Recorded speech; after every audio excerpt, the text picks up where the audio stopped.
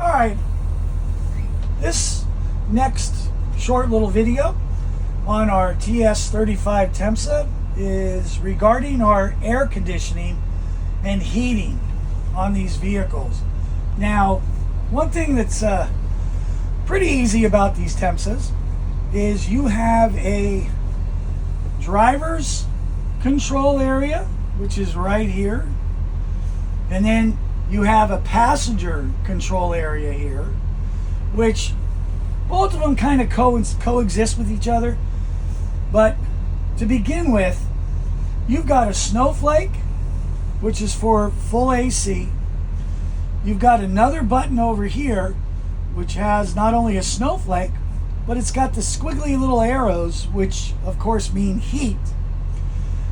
That button is different than your AC button, because instead of this giving you full AC, what this will do is this will actually give you a dehumidifier effect, so that if your windows are fogging up for your passengers, you could actually activate this switch so that both the AC and the heater will work together.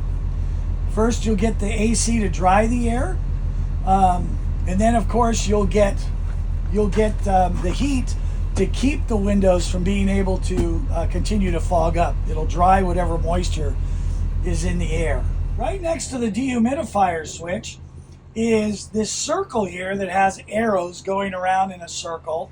That is actually to contain and to shut off your vents so that you'll recycle the air that's inside the coach. When would you want to do that? Well, it could be you're going through a real dusty area. You might see a dead skunk in the middle of the road. Anytime that you're trying to really cool your bus down quickly or heat up your bus quickly, you can activate that switch and it'll help you do that.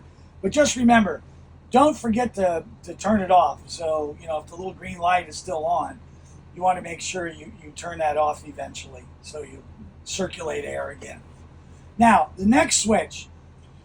We don't really mess with this switch here in California because we don't have temperatures that get down to 5, 10, 15, 20 below zero. But this is an actual heater that allows your coolant to be preheated instead of it going through your engine first. It's called a Webasto, and they use them a lot, Alaska, Canada, Minnesota, and so forth. But that's exactly what this switch is for. If you guys really want to know a little bit more about this switch and how it can help you actually heat your bus up quicker, I would need to give you guys a hands-on type of showing and training on that. Because if you don't do this thing correctly, you can cause yourself a lot of grief when it's 100 degrees out and you got your AC on, and all of a sudden you're getting tons of heat blowing from the floor. We'll talk about that in a minute. But anyway, this switch you shouldn't have to touch. The next switch is for your fans, for your customers. So in order to get any of these switches to work first, your fan, your thermometer, any of these, you've got to push this switch first.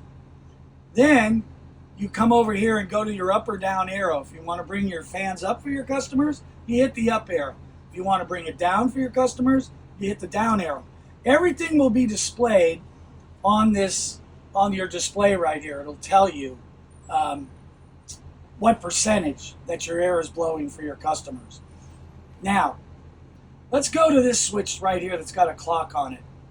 This is the switch that will cause you that problem of your heat coming on out of the blue. 1 o'clock in the afternoon, again, 100 degrees. Your customers are very comfortable because you got the nice snowflake switch on. But all of a sudden you got heat blowing out the bottom of your vehicle.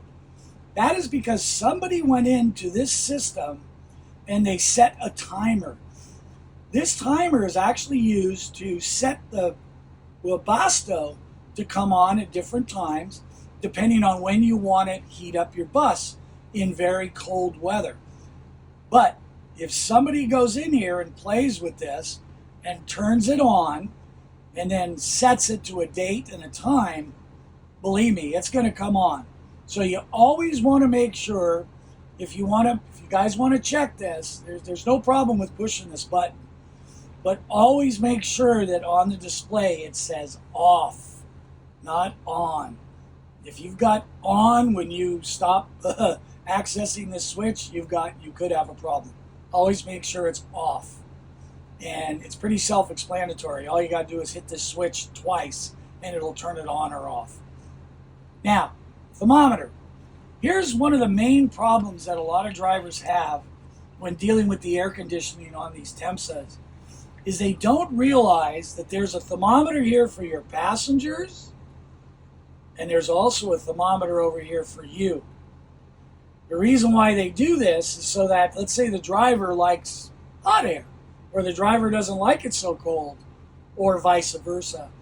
The driver's able to regulate his temperature, his or her temperature, and the customers, you're able to regulate their temperature also. But here's the thing. If you hit this switch and you put this down arrow to off, if you guys can see this, I know it's sunny out or whatever, but if you can see right now where that says off, it won't matter how hard you try, you will not get AC coming from this snowflake if that switch is in the off position.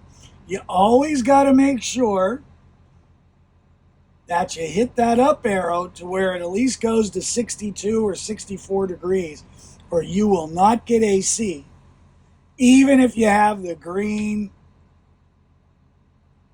light on, which I just did, okay, which that now is requesting AC. So check this out. I want it to be very cold in this bus. So now that I've got this switch on, the snowflake, this is for your customers, remember. I hit my thermometer, and look, I can hit this one off. Oh boy, no good. So go to my up arrow, 64, 65, 66, 67. You guys get the drift?